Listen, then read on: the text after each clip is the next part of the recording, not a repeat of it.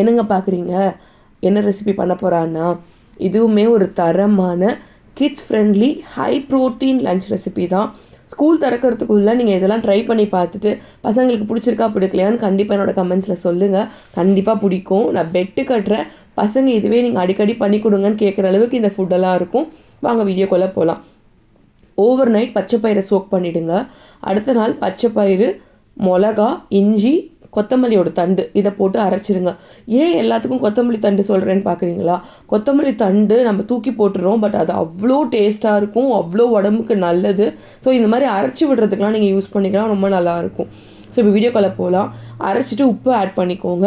உங்களுக்கு என்ன வெஜிடபிள் வேணுமோ இதில் ஆட் பண்ணிக்கலாம். லைக் கேபேஜ், கேரட், கேப்சிகம் எந்த வெஜிடபிள் வேணாலும் நீங்கள் ஆட் பண்ணிக்கலாம். கொத்தமல்லி தூவிட்டு குழிப்பணியான கல்லில் 2 பக்கமும் போட்டுடுங்க. அவ்வளோதாங்க. நீங்கள் யோசிச்சிருக்கலாம், என்னடா இவள் பெசரட் மாவை இது பண்ணிவிட்டு புதுசாக பண்ணுற மாதிரி பண்ணுறாளே அப்படின்னு யோசிக்காதீங்க. பெசரட் மாவே தான். பட் பெசரட்டு தோசையாக குத்துறதுக்கு பதிலாக குழிப்பணியாரத்தில் குத்த போகிறோம், அவ்வளோதாங்க. நீங்கள் பெசரட்டாக குத்திங்கன்னா ரொம்ப ட்ரை ஆகிடும் பசங்களுக்கு. குழிப்பணியார கல்லில் குத்திட்டு குழிப்பணியார பால் மாதிரி கொடுத்தீங்கன்னா பசங்களுக்கும் ரொம்ப இன்ட்ரெஸ்ட்டாக சாப்பிடுவாங்க. பால் மாதிரி எதுவும் கொடுத்துருக்காங்கன்னு சொல்லிட்டு. ஸோ அதனால் இது மாதிரி குத்தி கொடுத்தீங்கன்னா தொட்டுக்கே தேவைப்படாது. ரொம்ப சாஃப்ட் அண்ட் ஸ்பஞ்சியாக இருக்கும். நீங்கள் பாருங்கள் வீடியோவில் எப்படி இருக்குன்னு. மத்தியானம் வரைக்குமே உங்களுக்கு ரொம்ப சாஃப்டாக இருக்கும். பசங்க ரொம்ப விரும்பி கேட்பாங்க. ரொம்ப ஹை ப்ரோட்டீன். இதை சுண்டெல்லாம் பண்ணி கொடுத்தீங்கன்னா எத்தனை பசங்க சாப்பிடுவாங்கன்னு தெரியாது. அதுக்கு பதிலாக தான் நான் இந்த சுண்டெல்லாம் இப்படி கொண்டு வந்திருக்கேன்.